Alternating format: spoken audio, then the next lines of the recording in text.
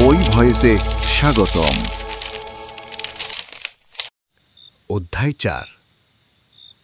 খাওয়া শেষ করিয়া বংশীধরের ভাগিনেওটি চলিয়া গেল বটে, কিন্তু হাজারির প্রাণে যেন কি এক অনির্দিষ্ট নূতন সুরের রেশ লাগাইয়া দিয়া গেল। তরুণ মুখের ভঙ্গি, তরুণ চোখের চাহনি হইতে এত প্রেরণা পাওয়া যায়। জীবনে এসব নবীন অভিজ্ঞতা হাজারির। বৈকালে চূর্ণীর ধারের গাছতলায় নির্জনে বসিয়া সে কত স্বপ্ন দেখিল, নূতন সব স্বপ্ন। টেপির সহিত বংশীধরের ভাগিনেওটির বিবাহ হইতেছে, বাধা কিছুই নাই, তাহাদেরই পাল্টি ঘর। টেপির ক্ষুদ্র কোমল হাতখানি নরেনের বরিষ্ঠ হাতে তুলিয়া দিয়েছে, দুই হাত একত্র মিলাইয়া হাজারি মেয়ে জামাইকে আশীর্বাদ করিতেছে। টেপির মার চোখ দিয়া জল পড়িতেছে। কি সুন্দর সোনার চাঁদ জামাই! কেন সে হোটেলে রাঁধুনিগিরি করিতে যাইবে ছেলে বয়সে? হাজারির নিজের হোটেলে জামাই থাকিবে ম্যানেজার, চক্রবর্তী মশায়ের মতো গদিতে বসিয়া খরিদ্দারকে টিকিট বিক্রয় করিবে, হিসেবপত্র রাখিবে। দ্বিগুণ খাটিবার উৎসাহ আসিবে হাজারির। জামাইও যা, ছেলেও তাই। অত বড়, অত সুন্দর উপযুক্ত ছেলে টেপির সারা জীবনের আনন্দ ও সাধের জিনিস। ওদের দুজনের মুখের দিকে চাহিয়া সে প্রাণপণে খাটিবে, 3 মাসের মধ্যে হোটেল দাঁড় করাইয়া দিবে। বেলা পড়িল, চূর্ণীর খেওয়ায় লোক পারাপার হইতেছে। যাহারা শহরে কেনাবেচা করিতে আসিতেছিল, এই সময় তাহারা বাড়ি ফেরে। একবার কুসুমের সঙ্গে দেখা করিয়া হোটেলে ফিরিতে হইবে। গাছতলায় বসিয়া আর বেশিক্ষণ আকাশ কুসুম ভাবিলে চলিবে না। রতন ঠাকুর সম্ভব এ বেলাও দেখা দিতেছে না, তাহাকে একাই সব কাজ করিতে হইবে। কিন্তু সত্যিই কি আকাশ কুসুম হোটেল তাহার হইবে না? টেপির সঙ্গে ওই ছেলেটির? যাক, বাজে ভাবনায় দরকার নাই, দেরি হইয়া যাইতেছে। পদ্ম ঝি বৈকালের দিকে হাজারিকে বলি হ্যাঁ গো ঠাকুর, আজ মাছের মোড়োটা কি হলো গা?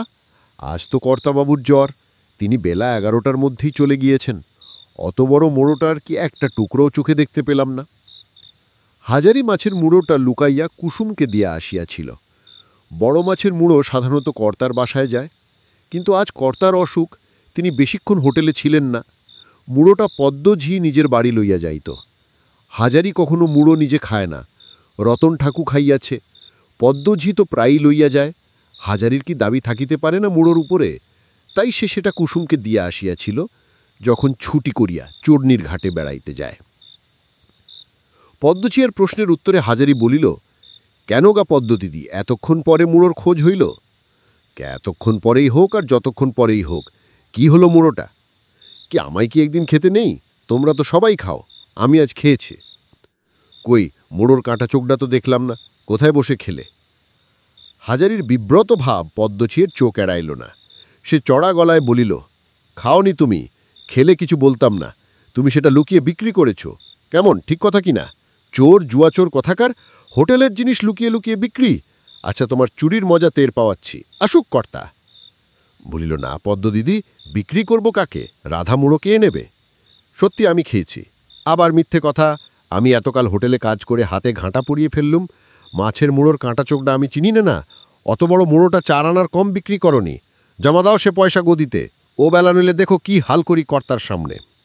বলিল, আচ্ছা নিও 4 আনা পয়সা, আমি দেব। একটু মুড়ো খেয়ে যদি দাম দিতে হয় তাও নিও। পদ্মঝি একটুখানি নরম হইয়া বলিল, তাহলে বেঁচেছিলে ঠিক? না পদ্মদিদি। তাহলে কি করলে ঠিক করে বলো। তোমার তো পয়সা পেলেই হলো, সে খোঁজে তোমার কি দরকার? দরকার আছে তাই বলছি, কোথায় গেল মুড়োটা বলো, নইলে কর্তার সামনে তোমার অপমান করব। বলো এখনো। আমি খেয়েছি। আবার আমার সঙ্গে চালাকি করে তুমি পারবে ঠাকুর? আমি এবার বুঝতে পেরেছি মুড়ো কোথায় গেল।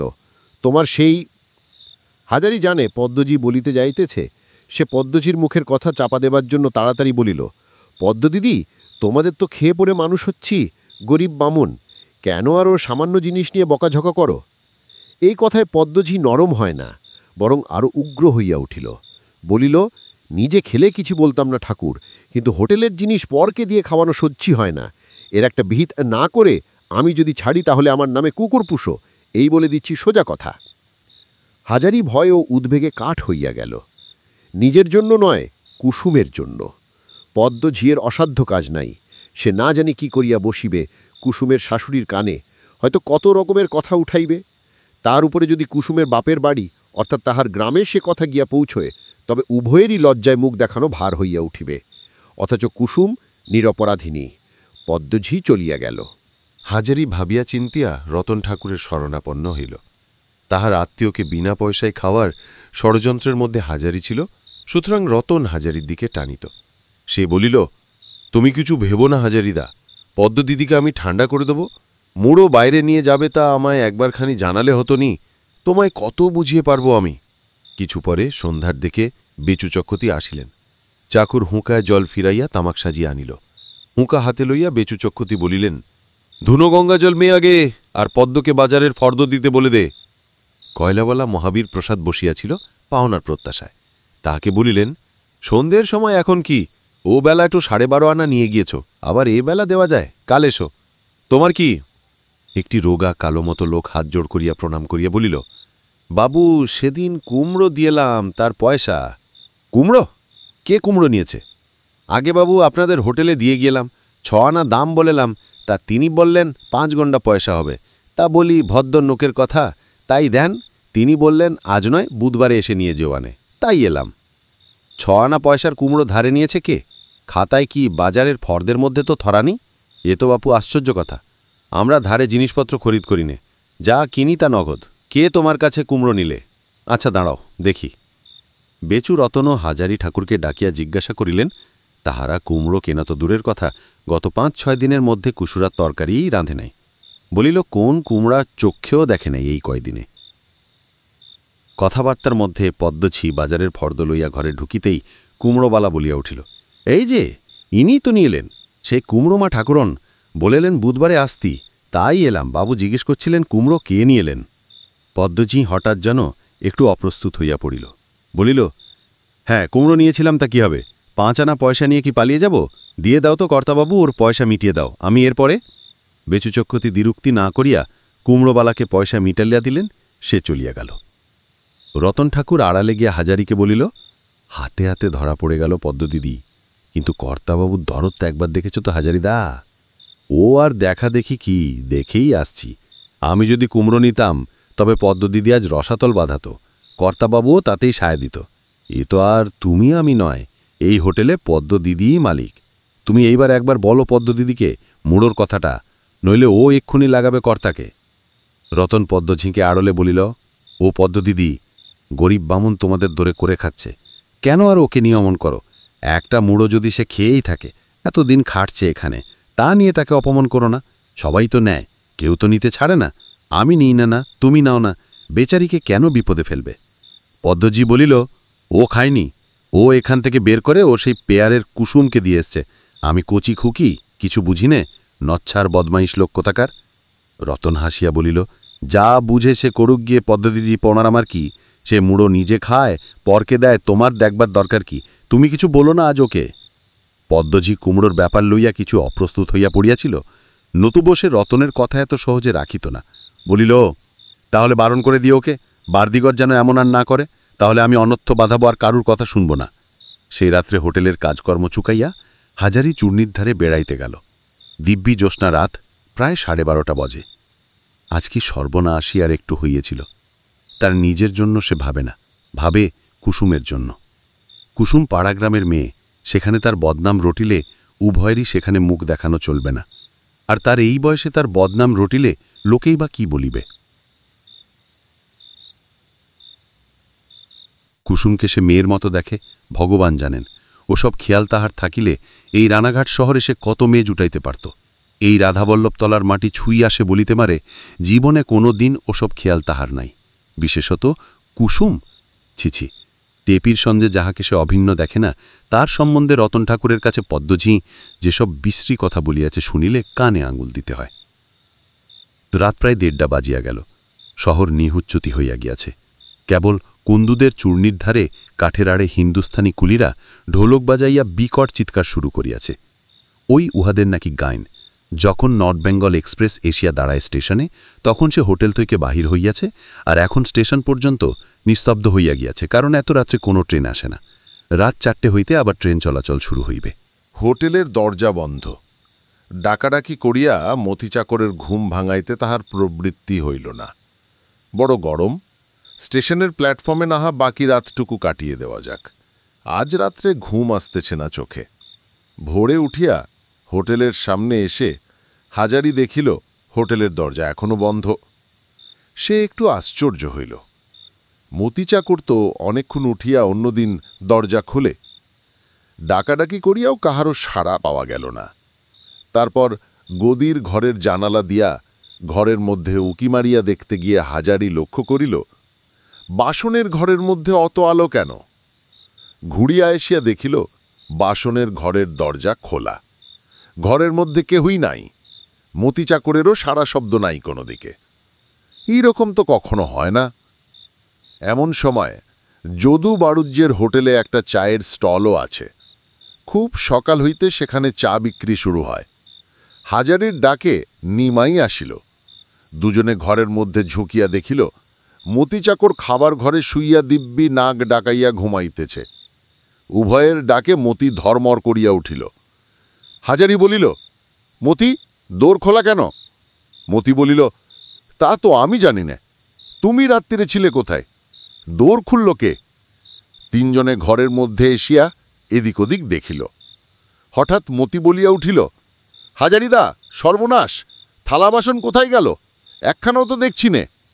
সে কি? তিনজনে মিলিয়া তন্ন তন্ন করিয়া খুঁজিয়াও কোনো ভরেই বাসনের সন্ধান পাওয়া গেল না। নিমাই বলিল, চায়ের দুধটা দিয়ে আসি। হাজারিদা, বাসন সাপ চক্ষু দান দিয়েছে কে? তোমাদের কর্তাকে ডেকে নিয়ে এসো। ইতিমধ্যে রতন ঠাকুর আসিল। সেই গিয়া বেচু চক্রবর্তীকে ডাকিয়া আনিল। পদ্মঝিও আসিল। চুরি হইয়া গিয়াছে শুনিয়া পাশের হোটেল হইতে যদু বাণুজ্যে আসিলেন। বাজারের লোকজন জড়ো হইল। থানায় খবর দিতে তক্ষুনি এএসআই নেপালবাবু ও দুজন কনস্টেবল আসিল। হই হই বাঁধিয়া গেল। বেচু চক্রবর্তী মাথায় হাত দিয়া ততক্ষণ বসিয়া পড়িয়াছেন। প্রায় ৭০ টাকার থালা বাসন চুরি গিয়াছে। বেচু চক্রবর্তী বলিলেন, হাজারি, রাত্রিরে কোথায় ছিলে? স্টেশনের প্ল্যাটফর্মে বাবু।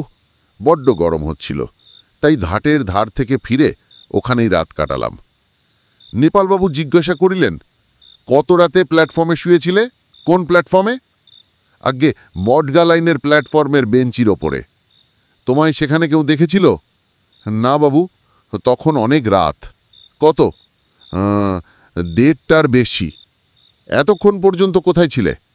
রোজ খাওয়া দাওয়ার পরে আমি দুবেলাই চূর্ণির খেয়া ঘাটে গিয়ে বসি। কালও সেখানে ছিলাম। আর কোনোদিন হোটেল ছেড়ে প্ল্যাটফর্মে শুয়েছ?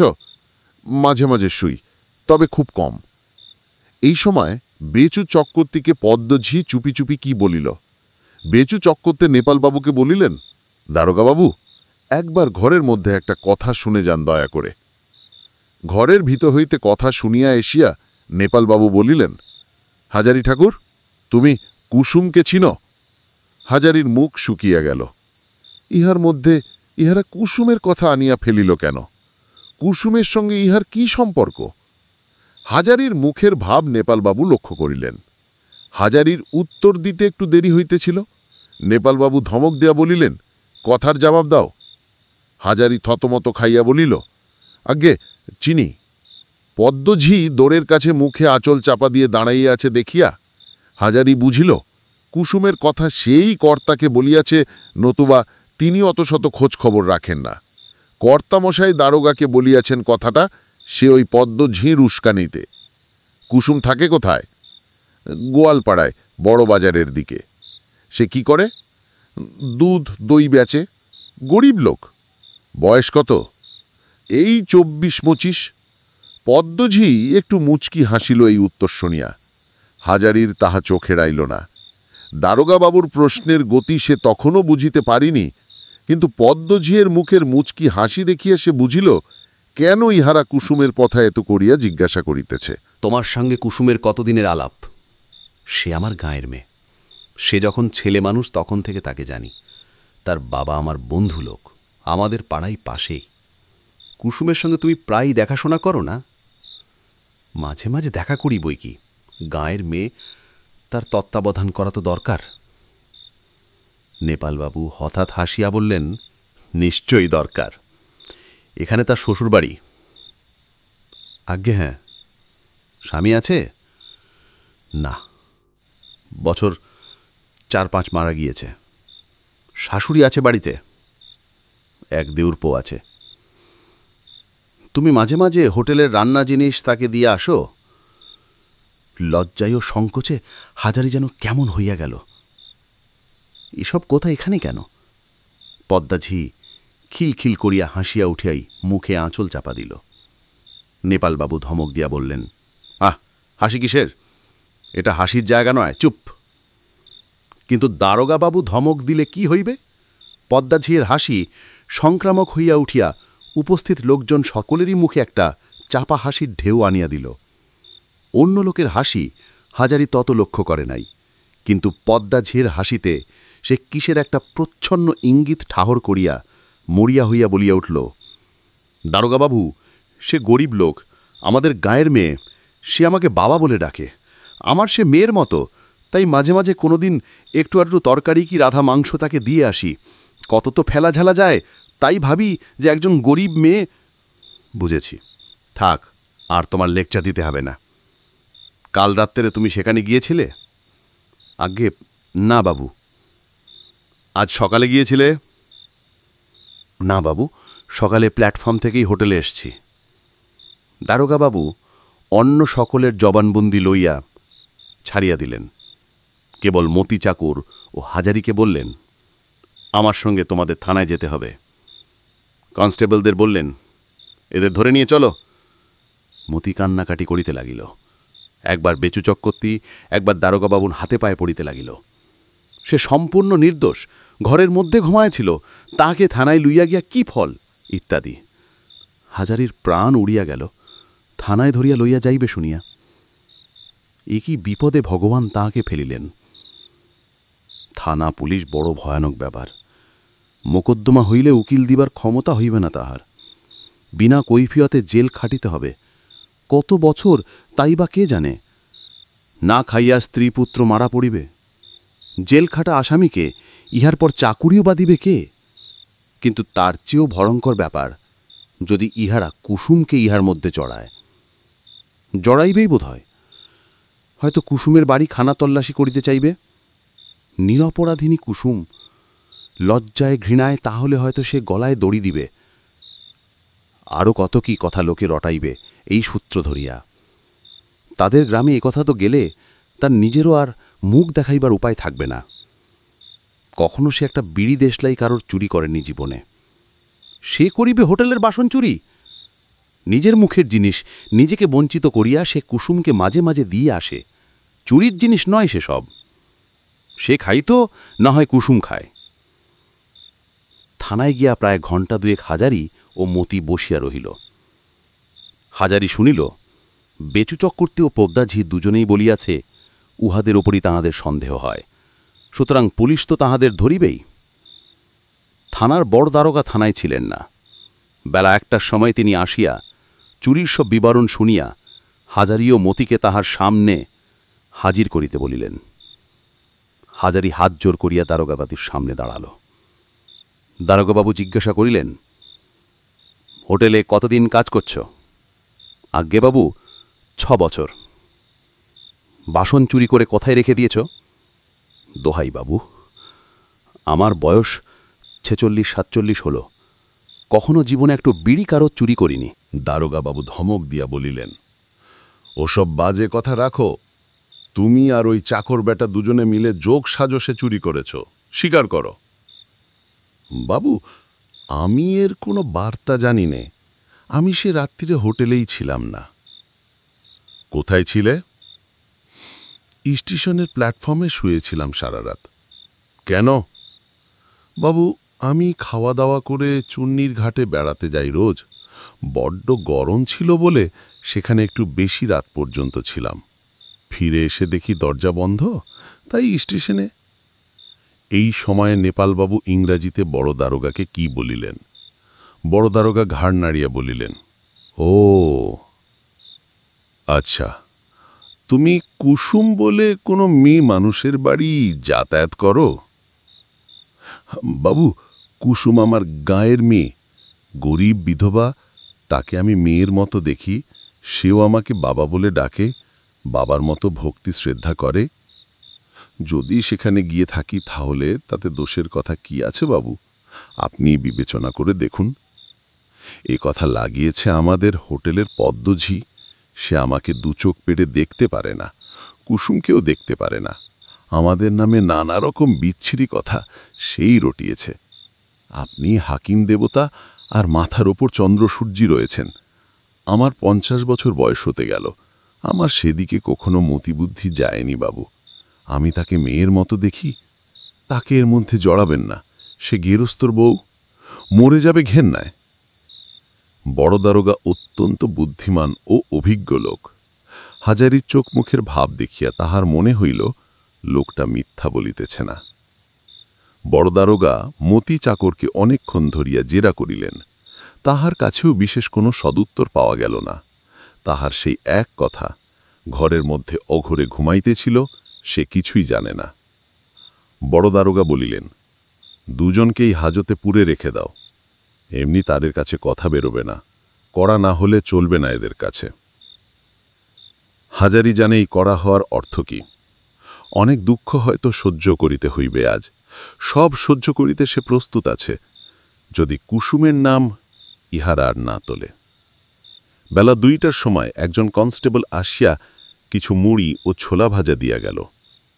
সকাল হইতে হাজারি কিছুই খায় নাই, সেগুলি সে গোগ্রাসে খাইয়া ফেলিল। বেলা 4টের সময় রতন ঠাকুর হোটেল হইতে হাজারির জন্য ভাত আনিল। বলিল, আলাদা করে বেড়ে রেখেছিলাম, লুকিয়ে নিয়ে এলাম হাজারিদা, কেউ জানে যে তোমার জন্য ভাত আনছি। বড় দারোগার নিকট হইতে অনুমতি লইয়া রতন ঠাকুর হাজতের মধ্যে ভাত লইয়া আসিছিল, কিন্তু মতির ভাত আনিবার কথা তাহার মনে ছিল না। হাজারি বলিল, ওই ভাত দুজনে ভাগ করে খাবো এখন। রতন বলিল, হোটেলে মহাকাণ্ড মেধে গিয়েছে, একটা ঠিকে ঠাকুর আনা হয়েছিল, সে কাজের বহর দেখে এই বেলায় পালিয়েছে। খদ্দের অনেক ফিরে গিয়েছে, পদ্ম বলছে তুমি আর মতি দুজনে মিলে এ চুরি করেছ।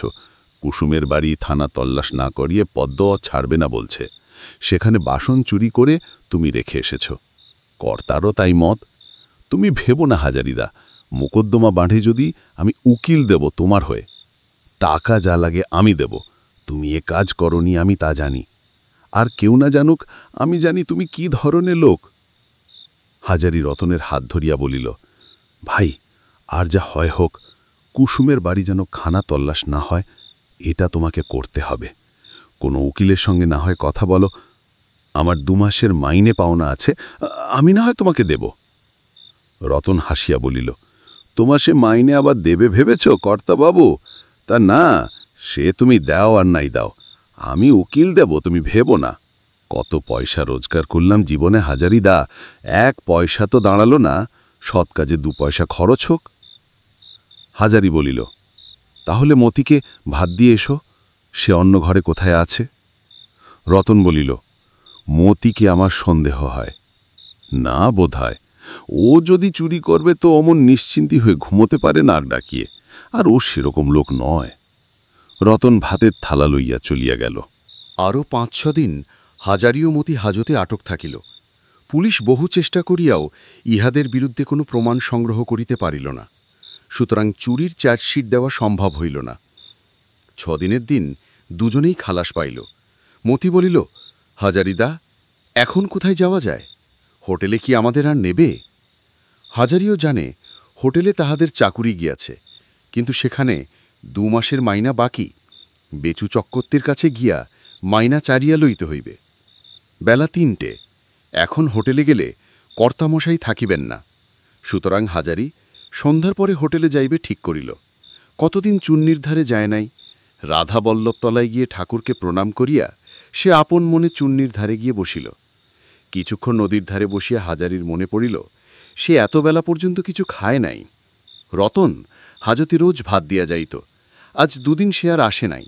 কেন আসে নাই কে জানে, হয়তো পদ্ম জানিতে পারিয়া বারণ করিয়া দিয়াছে, কিংবা হয়তো তাহাদের ভাত আনিয়া দেওয়ার অপরাধে তাহারও চাকুরি গিয়াছে। একটা পয়সা নাই হাতে যে কিছু কিনিয়া খাই। হাজতের ভাত হাজারি একদিনও খায় নাই। আজও একজন কনস্টেবল ভাত আনিয়াছিল।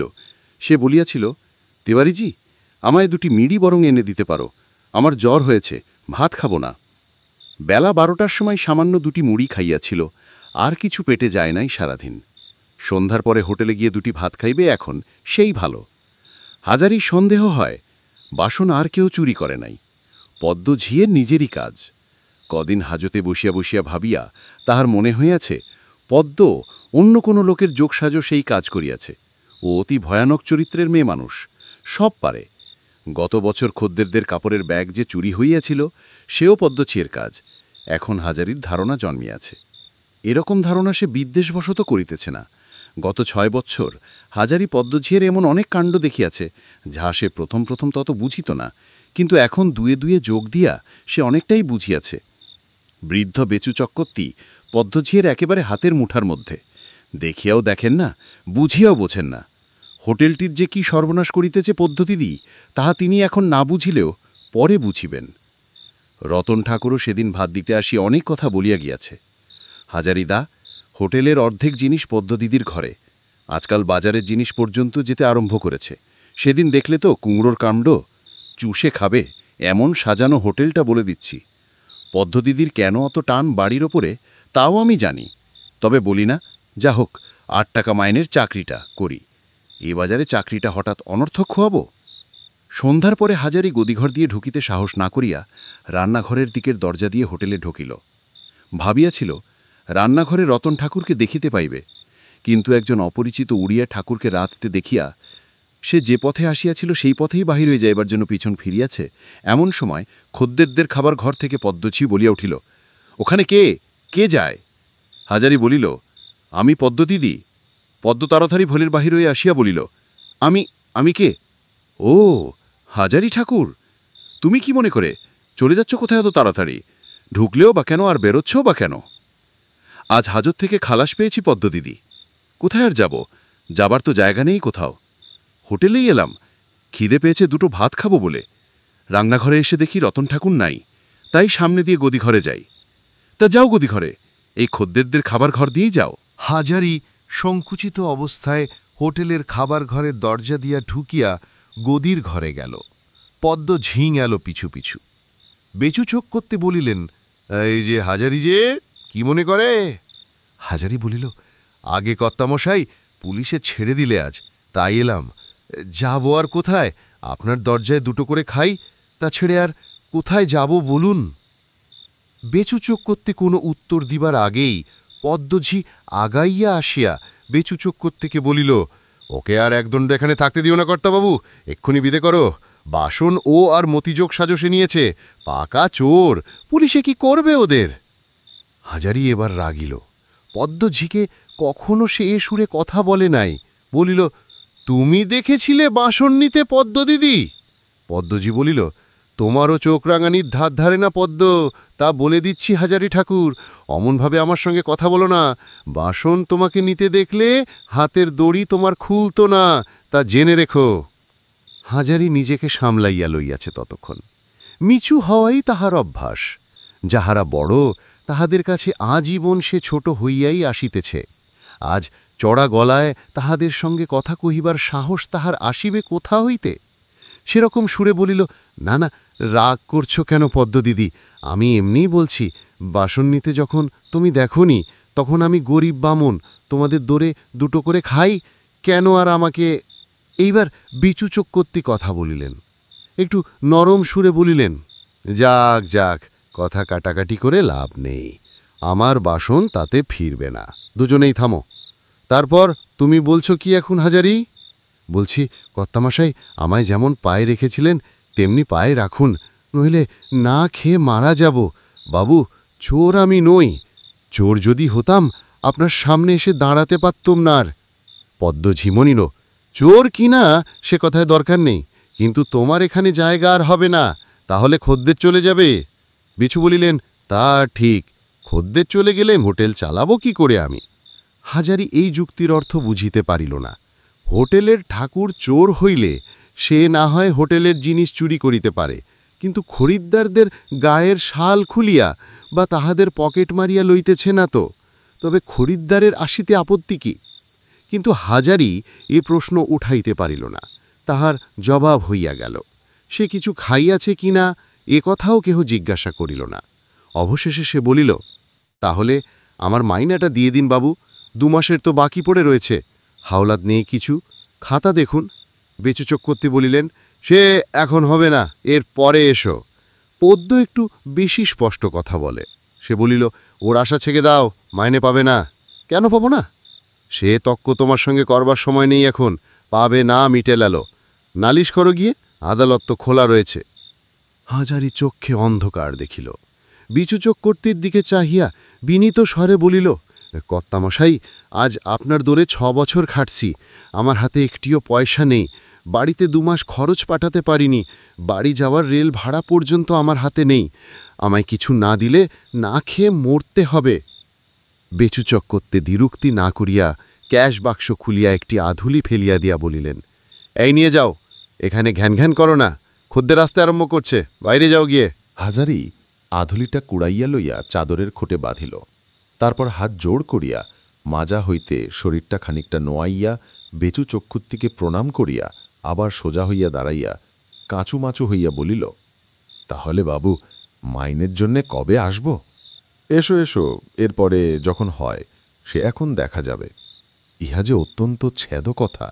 হাজারি তাহা বুঝিতে বিলম্ব হইল না, বরং পদ্মঝি যাহা বলিয়াছে তাহাই ঠিক। মাহিনা ইহারা তাহাকে দিবে না। তাহার মাথায় আসিল একবার শেষ চেষ্টা করিবে, মরিয়ার শেষ চেষ্টা। বেচু চক্ষুতির নিকট হইতে বিদায় লইয়া সে পিছন দিয়া হোটেলের রান্নাঘরে আসিল। সেখানে পদ্মঝি একটু পরে আসিতেই সে হাত জোড় করিয়া বলিল, পদ্মদিদি, গরিব বামন, চাকুরি করছে এতকাল, একখানা রেকাবি কোনোদিন চুরি করিনি, আমি বড় গরিব। তুমি একটু বলে কর্তামশাইকে আমার মাইনের ব্যবস্থা করে দাও, নইলে বাড়িতে ছেলেপুলে না খেয়ে মরবে। এই আধুলিটা সম্বল দোহাই বলছি রাধাবল্লভের, এতে আমি কি খাবো আর রেল ভাড়া কি দেব? বাড়ির জন্যেই বা কি নিয়ে যাব? আমি হোটেলের মালিক নই যে তোমায় টাকা দেব। কর্তামশায় যা বলেছেন তার উপর আমার কি কথা আছে? দয়া করে পদ্মদিদি তুমি একবার বলো ওকে, না খেয়ে মারা যাবে ছেলেপিলে। কেন তোমার পেয়ারের কুসুমের কাছে যাও না? পদ্মদিদিকে কি দরকারের বেলায়? হাজারের ইচ্ছা হইল আর এক দণ্ডও সে এখানে দাঁড়াইবে না। সে চায় না যে এই সব জায়গায় যার তার মুখে কুসুমের নাম উচ্চারিত হয়, বিশেষত পদ্মঝিয়ের মুখে। সে চুপ করিয়া রহিল। পদ্মঝি রান্নাঘর হইতে চলিয়া গেল। একটুখানি দাঁড়াইয়া সে চলিয়াই যাইতেছিল, পদ্মঝি আসিয়া বলিল, যাচ্ছ যে, খাওয়া হয়েছে তোমার? হাজারি অবাক হইয়া পদ্মঝিয়ের মুখের দিকে চাহিল। কখনো সে এমন কথা তাহার মুখে শোনে নাই। আমতা আমতা করিয়া বলিল, না, খাওয়া না হয়নি ধরো। তাহলে বসো, এখনো মাছটা নামেনি, মাছ নামলে ভাত খেয়ে তবে যাও। দাঁড়িয়ে কেন, বসো না পিড়ি একখানা পেতে। হাজারি কলের পুতুলের মতো বসিল। পদ্মদিদি তাহাকে অবাক করিয়া দিয়াছে। পদ্মদিদির দরদ 7 বছরের মধ্যে একদিনও যা দেখে নাই। আশ্চর্য কাণ্ডই বটে। মাছ নামিলে নতুন ঠাকুর হাজারিকে ভাত বাড়িয়া দিল। পদ্মঝিকে আর এদিকে দেখা গেল না। সে এখন খরিদ্দারদের খাওয়ার ঘরে ব্যস্ত আছে। নতুন ঠাকুর যদিও হাজারিকে চেনে না, তবুও ইহাদের কথাবার্তা শুনিয়া সে বুঝিতে পারিয়াছিল হাজারি হোটেলের পুরনো ঠাকুর, চাকুরিতে জবাব হইয়া চলিয়া যাইতেছে। সে হাজারিকে খুব যত্ন করিয়া খাওয়াইল। যাইবার সময় পদ্মকে ডাকিয়া বলিল, পদ্মদিদি, চললাম তবে, কিছু মনে করো না? হ্যাঁ, দাঁড়াও ঠাকুর, এই 2 টাকা রাখো, কর্তামশাই দিয়েছেন মাইনের দরুন, এই শেষ কিন্তু, আর কিছু পাবে না বলে দিলেন তিনি। হাজারির টাকা 2টি লইয়া আগের আধুলিটির সঙ্গে চাদরের খুঁটে রাখিল। কিন্তু সে খুব অবাক হইয়া গিয়াছে, সত্যি অবাক হইয়া গিয়াছে। আচ্ছা, তবে আসি। এসো, খাওয়া হয়েছে তো? আচ্ছা। রাত 9:30 কম নয়। এই তো রাত্রে সে কোথায় যায়? চাকুরি গেল, তবুও হাতে 2.5 টাকা আছে। বাড়ি যাইয়া কি হইবে? চাকুরি খুঁজিতেই হইবে তাহাকে, বাড়ি গিয়া বসে থাকিলে চলিবে না। চাকুরি চলিয়া যাইবে তাহা হাজারি ভাবে নাই। সত্য সত্যই চাকুরি গেল শেষকালে। সে জানে রানাঘাটে কোনো হোটেলে তাহার চাকুরি আর হইবে না। যদু বারুজ্জা একবার তাহাকে হোটেলে লইতে যাইয়াছিলেন বটে, কিন্তু এখন চুরির অপবাদে হাজত বাস করিয়া আসিয়াছে, কেহই তাহাকে চাকুরি দিবে না। হাজারি দেখিল সে নিজের অজ্ঞাত সারে চূর্ণী নদীর ধারে চলিয়াছে। তাহার সেই প্রিয় গাছতলাটিতে গিয়া বসিবে, বসিয়া ভাবিবে। ভাবিবার অনেক কিছু আছে। কিন্তু প্রায় 2 ঘণ্টা নদীর ধারে বসিয়াও ভাবনার কোনো মীমাংসা হইল না। আজ রাত্রে অবশ্য স্টেশনের প্ল্যাটফর্মে শুইয়া থাকিবে, কিন্তু কাল যায় কোথায়? 2.5 টাকার মধ্যে 2 টাকা বাড়ি পাঠাইতে হইবে। টেপির মুখে হয়তো তাহার মা 2 ভাত দিতে পারিতেছে না। এই চিন্তা তাহার পক্ষে অসহ্য। না, কালই টাকা 2টি পাঠাইবে তাকে। মানি অর্ডার ফি দেবে আধলিটা হইতে। পুরো 2 টাকা বাড়ি যাওয়া চাই। স্টেশনের প্ল্যাটফর্মে শেষ রাত্রের দিকে সামান্য ঘুম হইল। ফরিদপুর লোকালের শব্দে খুব ভোরে ঘুম গেল ভাঙিয়া। তবুও সে শুইয়াই রইল। আজ আর তাড়াতাড়ি বড়া উনুনে ডেকচি চাপাইতে হইবে না। উঠিয়া কি হইবে? অনেকক্ষণ পর্যন্ত সে শুইয়াই রইল। ডাউন দার্জিলিং মেল আসিল, চড়িয়া গেল। বনগা লাইনে ট্রেন ঝাড়িল। রোদ উঠিয়াছে। প্ল্যাটফর্ম ঝাড় দিতে আসিয়াছে ঝাড়ুদার। একখানা গাড়ির ডাউন দিয়াছে আড়ংঘাটার দিকে। মুর্শিদাবাদ লালগোলা প্যাসেঞ্জার। এই কোন নিজ্জে তারে? এই উঠো, হাট যাও। ঝাড়ুদার হাঁকিল। হাজারি উঠিয়া হাঁয়ে তুলিয়া কলে গিয়া হাত মুখ ধুইল। সে কোথায় যায়, কি করে? গত 6-7 বছরের মধ্যে এমন নিষ্ক্রিয় জীবন সে কখনো যাপন করে নাই। কাজ, কাজ। উনুনে ডেকচি চাপাও, কর্তামশায়ের চায়ের জল গরম করো আগে, বাজারে আজ কার পালা, হইচই, ঝাড়া বকুনি, পদ্মঝিয়ের চেঁচামেচি। বেশ ছিল। পদ্মঝিয়ের বকুনিও যেন এখন সুমিষ্ঠ বলিয়া মনে হইতেছে। পদ্ম খারাপ লোক নয়। কাল রাত্রে খাইতে বলিয়াছিল, টাকা দিয়াছে। রতন ঠাকুরও বড় ভালো লোক। তার সেই ভাগিনেউটিও বড় ভালো। সবাই ভালো লোক। রতনের সেই ভাগিনেউটি তাহার টেপির উপযুক্ত বর। দুজনে সুন্দর মানাই তো। ছেলেটিকে বড় পছন্দ হইয়াছিল। আকাশ কুসুম। মিথ্যায় আশা। টেপিকে খাওয়াইয়া বাঁচাইতে রাখিতে পারিলে তবে তার বিয়ে। গত 6 বছরে হাজারির একটা বড় কুঅভ্যেস হইয়া গিয়াছে সকালে বিকালে চা খাওয়া। এখন চা খাইতে হইবে পয়সা খরচ করিয়া। সেজন্য হাজারি চা খাওয়ার ইচ্ছাকে দমন করিল। হঠাৎ তাহার মনে হইল কুসুমের সঙ্গে একবার দেখা করা একান্ত আবশ্যক। আজ 7-8 দিন কুসুমের সঙ্গে তার দেখা হয় নাই। চুরির জন্য হাজতে যাবার সংবাদ বোধহয় কুসুম শোনে নাই। কে তাহাকে সে খবর দিয়েছে? চা ওখানেই খাওয়া চলিতে পারে। কুসুমের সঙ্গে একটা পরামর্শও করা দরকার। তাহার নিজের মাথায় কিছুই আসতিছে না। কুসুম কড়ানামার শব্দে দরজা খুলিয়া হাজারিকে দেখিয়া বিস্মিত কণ্ঠে বলিল, আপনি জ্যাঠামশাই, এমন অসময় যে? এতদিন আসেননি কেন? চলো ভেতরে বসি, অনেক কথা আছে। কুসুম ঘরের মেঝেতে শতরঞ্জি পাতিয়া দিল। হাজারি বসিয়া বলিল, কুসুম মা, একটু চা খাওয়াবে? এক্ষুনি করে দিচ্ছি জ্যাঠামশাই, একটু বসুন আপনি। চা শুধু নয়, চায়ের সঙ্গে আসিল একখানা রেকাবিতে খানিকটা হালুয়া। হাজারি চা খাইতে খাইতে বলিল, কুসুম মা, আমার চাকরি গেছে। কেন?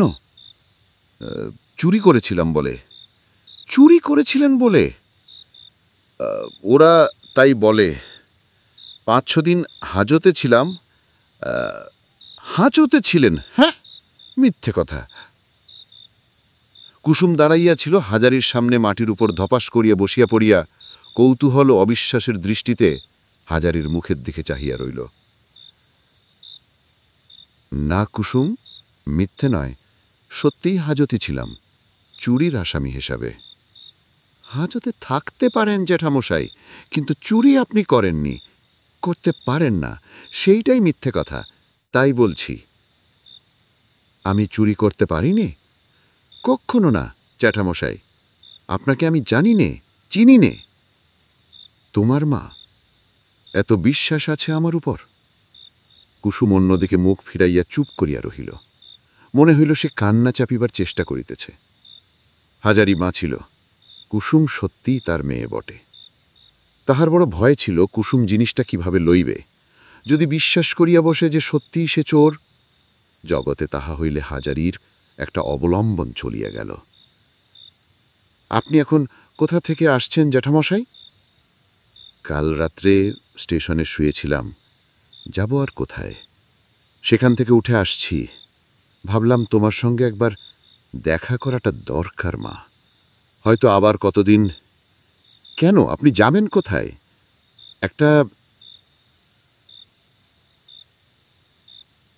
একটা কিছু হিললে লাগাতে তো হবে, বসে থাকলে চলবে না, বুঝতেই পারো।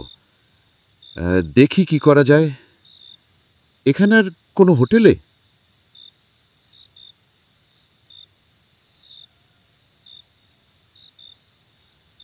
চুরির অপবাদ রটেছে যখন, তখন এখানের কোনো হোটেলে নেবে না। দেখি একবার, ভাবছি গোয়ারই যাই না হয়, সেখানে অনেক হোটেল আছে, খুঁজে দেখি সেখানে। কুসুম খানিকক্ষণ চুপ করিয়া থাকিয়া বলিল, আচ্ছা, সে যা হয় হবে। এখন আপাতত আপনি নিয়ে আসুন, তেল এনে দিই, তারপর রান্নার জোগাড় করে দিচ্ছি। এখানে দুটি ভাতে ভাত চড়িয়ে খান। না মা, ওসব হাঙ্গামে আর দরকার নেই, থাক। খাওয়ার জন্যে কি হয়েছে? আমি তোমার সঙ্গে দুটো কথা কই বসে। ভাবলাম কুসুমের সঙ্গে একবার পরামর্শ করি গিয়ে, তাই এলাম। একটা বুদ্ধি দাও তো মা খুঁজে, একার বুদ্ধিতে কুলোয় না। তারপর বুড়ো হয়ে পড়েছি তো। কুসুম হাসিয়া বলিল, পরামর্শ হবে এখন না, যদি খান তবে আমিও আজ সারাদিন দাঁতে কুটো কাটব না, বনে দিচ্ছি কিন্তু জেঠামশাই। ওসব শুনব না, আগে নিয়ে আসুন, তারপর ভাত চাপান, আমিও আপনার প্রসাদ দুটি পাই। মেয়ের বাড়ি এসেছেন, যতই গরিব হই আপনাকে না খাইয়ে ছেড়ে দেব ভেবেছেন বুঝি? ভারী টান তো মেয়ের ওপর। অগত্যা হাজারি চূর্ণীয় ঘাটে স্নান করিতে গেল। ফিরিয়া দেখিল গোয়ালঘরের এক কোণ ইতিমধ্যে কুসুম কখন লেপিয়া পুছিয়া পরিষ্কার করিয়া ইঁট দিয়া উনুন পাতিয়া ফেলিয়াছে।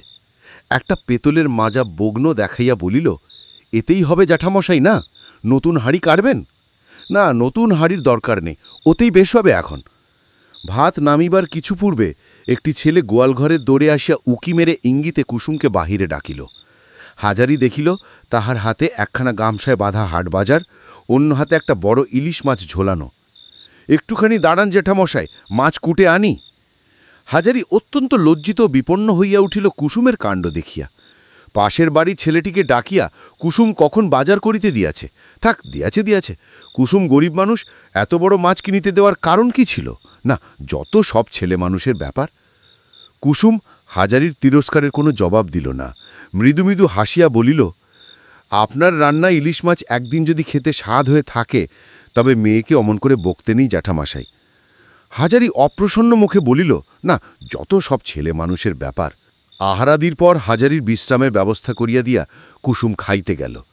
গতরাত্রে ভালো ঘুম হয় নাই, ইতিমধ্যে হাজারি কখন ঘুমিয়া পড়িয়াছে।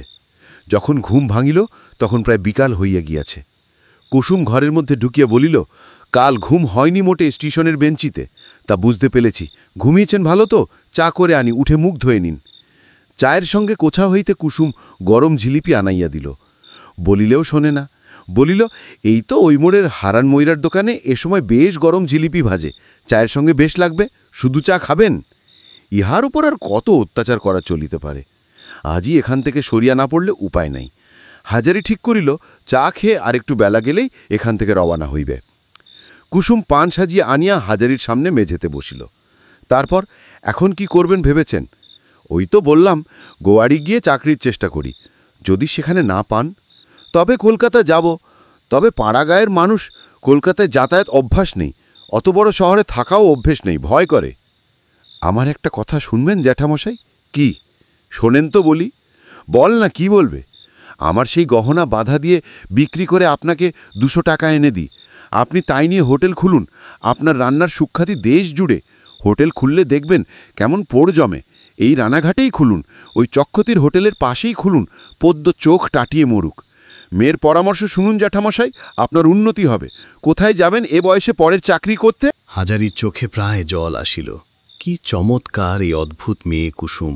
মেয়েই বটে তাহার, কিন্তু তাহা হইবার নয় নানা কারণে। কুসুমের টাকায় রানাঘাটে হোটেল খুলিলে 5 জন 5 রকম বদনাম রটাবে উভয়ের নামে। তাহার উপকার করিয়া নিরপরাধিনী কুসুম কলঙ্ক কুড়াইতে গেল কেন? ওই পদ্ম ঝি 7 রকম রটাইয়া বেড়াইবে গাত্রদাহের জ্বালায়। তাছাড়া যদি লোকসানই হয়, ধরো, যদিও হাজারি দৃঢ় বিশ্বাস সে হোটেল খুলিলে লোকসান হইবে না, তাহা হইলে কুসুমের টাকাগুলি মারা পড়বে না, তার দরকার নাই। মা কুসুম, একবার তো তোমাকে বলেছিলাম তোমারও টাকা নেওয়া হবে না, আবার কেন সে কথা? আমাকে এই গাড়িতে গোয়াড়ি যেতে হবে, উঠি। কুসুম গড় হইয়া প্রণাম করিয়া বলিল, আচ্ছা কথা দিয়ে যান, যদি গোয়াড়িতে চাকুরি না জোটাতে পারেন তবে আবার আমার কাছে ফিরে আসবেন। আমার কাছে মা? কেন বলো তো? এসে ওই টাকা নিতে হবে, হোটেল খুলতে হবে। ও টাকা আপনার হোটেলের জন্য তোলা আছে। শুধু আপনার ভালোর জন্যই বলছি তা ভাববেন না জ্যাঠামশাই, আমারও স্বার্থ আছে। আমার টাকাগুলো আপনার হাতে খাটলে তা থেকে 2 পয়সা আমিও তো পাবো তো। গরিব মেয়ের একটা উপকার করলেনই বা। হাজারি হাসিয়া বলিল, আচ্ছা কথা দিয়ে গেলাম, তবে আসি মা আজ। এসো এসো, কল্যাণ হোক। মনে রাখবেন মেয়ের কথা, তুমিও মনে রেখো তোমার বুড়ো জ্যাঠামশাইয়ের কথা। ইস, আমার জ্যাঠামশাই বুড়ো বই কি? না, 46 বছর বয়স হয়েছে, বুড়ো নয় তো কি? দেখায় না তো বুড়োর মতো। বয়স হলেই হলো, আসবে না আবার কিন্তু তাহলে। আচ্ছা মা। হাজারি পুটুলি লইয়া বাটির বাহির হইল। কুসুম তাহার সঙ্গে সঙ্গে বড় রাস্তা পর্যন্ত এসে আগাইয়া দিয়া গেল।